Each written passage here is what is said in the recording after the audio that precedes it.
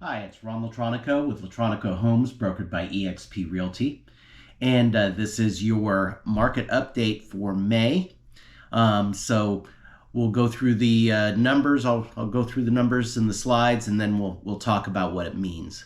So in Pierce County, median days on market is 7 days. Slight decrease. Basically, most of these numbers are going to be very similar to last month's. With the exception of median price in Pierce County. Median price in Pierce County, we saw it was a little strange last month. That stayed steady, even though the inventory dropped and days on market dropped. Well, it kind of made up for it to this month. So we went from 525,000 to 549,000. So a $24,000 increase in the month of May. That's pretty significant. Sold price versus original price stayed the same from last month. It's down from 2022. All these numbers are still down from 2022. We're going to see June, July. We'll probably see some of these numbers even out because that's when the market kind of changed a little bit. New listings are up quite a bit. That's not surprising given the time of year. Usually in the spring, there's more buyers than sellers, and then come May, June, when kids are getting out of school and stuff like that, a lot of people are putting their homes on the market. And since this is a military market as well, we see a lot of military transfers start happening this time of year. So the homes go on the market. Sold listings, 882, which is up from last month and down from May of 2022. And months of inventory went up slightly. So we went up more listings than we sold. So the inventory went up slightly. That's, again, not surprising for this time of year.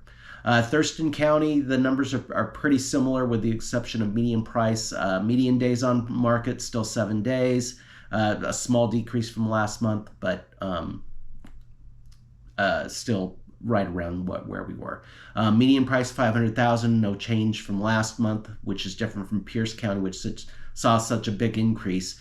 Thurston County, last month we had the increase, and this month it's kind of staying flat. 100% sold versus list, so people are getting what they're asking for. And new listings are up about 25%, and sold listings are up a little bit. And then months of inventory had a slight increase, again, somewhat insignificant. So what does all this mean? It means the market's kind of stable right now. So we're seeing, this month we saw a little more listings than we saw sold. Last month was about the same. I expect as we go over the summer, we will see the inventory increase slightly, but not significantly. I think we're going to see about the same amount of homes sold that go on the market. Our median days on market may increase slightly. We're getting kind of, we went through the few years of the COVID where we had a crazy market, and it was crazy before that, but at least there was a predictable cycle. Now with post-COVID, we are seeing our numbers going back to a little bit more of a normal cycle where inventory goes down in the spring, kind of flattens out in the summer, and then inventory will go up slightly in the fall, early winter, and then January, February, we'll start seeing inventory decline again. And prices kind of follow along that same line where we'll see prices go up in the spring, kind of stabilize through the summer, early fall, maybe dip slightly in the winter months, and then start going back up after the beginning of the new year. So that's typically what we see as far as a cycle. Typically the drops we see in the fall are not as big as the increases we see in the spring, and that's why the market continues to increase.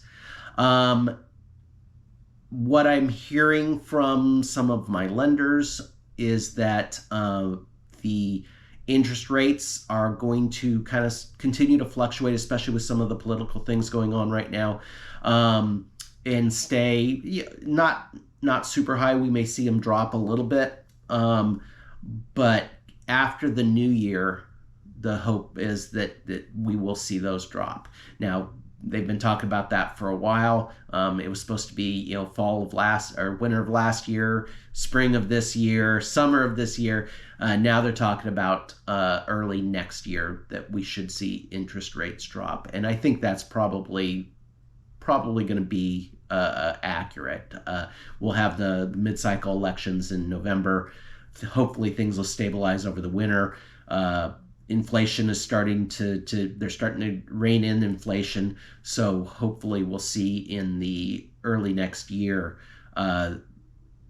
interest rates drop.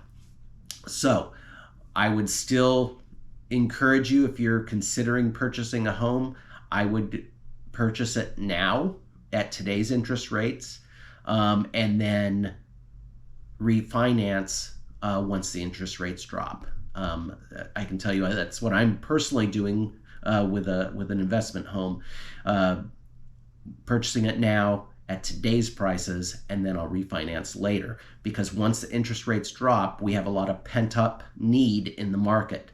Once interest rates drop, I think prices will skyrocket again. So that is my recommendation. As far as sellers, you're in a good market right now to sell.